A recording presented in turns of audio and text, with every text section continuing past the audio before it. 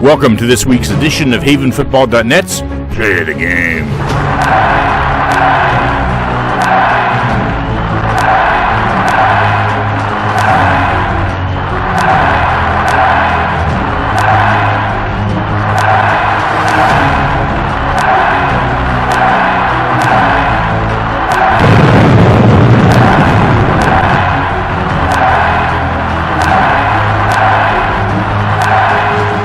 Play of the Game is brought to you by the Swarthmorean Weekly Newspaper, true local coverage of Swarthmore, Wallingford, and surrounding neighborhoods, published since 1893.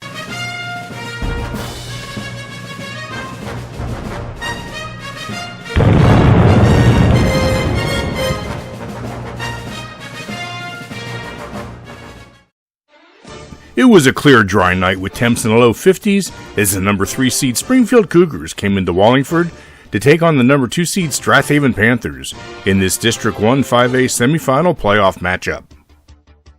The Cougars started pounding the ground, and Haven's Big D was stepping up as we see number 5 Mike Turner try to get outside, but number 81 Jahai Curtis and number 32 Shane Green say no way as they bury him for no gain. But Springfield was finding a way to get first downs as Turner goes off tackle for 11 yards and the first down. On 3rd and 3, Turner churns out 10 more yards for another first down. And later on 3rd and 8, they found success in the air as the Cougars fled the right side, and quarterback number 17, Ryan Whitaker, finds number 22, Tanner Cole, for 16 yards. Haven D is a remarkable goal line stand on 3rd and goal as the D powers up and drops the hammer for no gain. But Springfield manages to complete this amazing 19-play drive with a 1-yard push into the end zone by number 32, Ethan Marshall, for 6 points. But the Cougars miss the extra point and lead 6-0, which brings us to tonight's first play of the game. Kaufman goes in motion on 2nd down and 8. Give is to Shane Green, looking for running room off the left side. Keeps his footing. Stiff arm, 50, 45, 40. It's a foot race now. Needs a block from Fisher and gets it. Cutting it back. Shane Green cuts inside the 10, inside the 5, and down to the 2.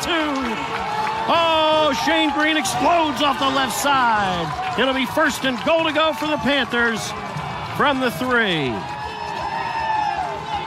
Beautifully blocked, Mike. And then look at the hustle on James Fisher shoving inside. But again, nice work by Delaney to make him turn it around a couple times. 2 plays later, number 20, Marco Kaufman stampedes his way into the end zone. Haven can take the lead with a good kick, and number 27, Ben Milligan, comes in and boots a perfect one. The Panthers now lead 7-6. Springfield is moving again as Turner finds Cole on the sideline for 9 yards, but Haven stops the drive at their own 42, which brings us to tonight's next play of the game. 2nd down and 2. Give is a Fisher off the right side. Hilly's got running room. Look out! Foot race now. James Fisher in 5th gear across the 30, 20. He will go 62 yards to pay dirt. The Magic Man strikes again for touchdown number 18 on the season. Panthers on top, 14-6. With only a minute left in the first half, Haven is looking for more, and on 4th and 2, the Cougar defense makes a big stop, holding Haven to only a 1-yard gain, and we go into the half, 14-6. Haven gets the ball first in the second half, and looks to the air as number 6 quarterback Jake Kitchen finds number 20 Marco Kaufman for the 16-yard throw and catch. In this great outside run as number 32 Shane Green finds the corner and gains 11 yards.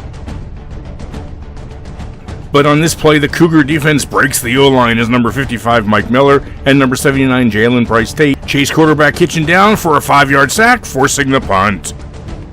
But Kitchen is a weapon with his foot as well as he pins the Cougars back to their own 2-yard line on this beauty. But the Cougars go back to their pounding ground game, including this great run by Turner for a 12-yard gain. Springfield is threatening from the Haven 31, which brings us to tonight's third play of the game.